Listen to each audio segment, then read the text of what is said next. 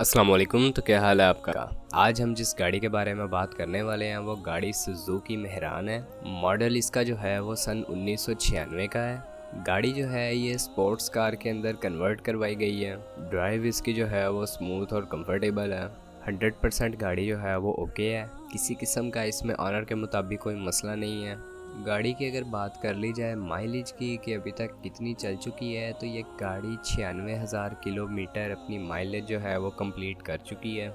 Condition यहाँ पे used है। कंजप्शन इस गाड़ी की जो है वो पेट्रोल है। किसी किस्म का काम करवाने की इसमें कोई ज़रूरत नहीं है। गाड़ी के ऑनर के मुताबिक सिर्फ आपने गाड़ी ख़रीदनी है और चलानी है। डिस्को लाइट्स इसमें इंस्टॉल करवाई गई हैं। स्पोर्ट्स स्टीयरिंग इंस्टॉल करवाया गया है। सीट पोश ये गाड़ी है। ओरिजिनल स्टीयरिंग जो है इसका वो अवेलेबल है और ओरिजिनल साइलेंसर जो है वो भी इसका अवेलेबल है। गाड़ी पेंटेड है।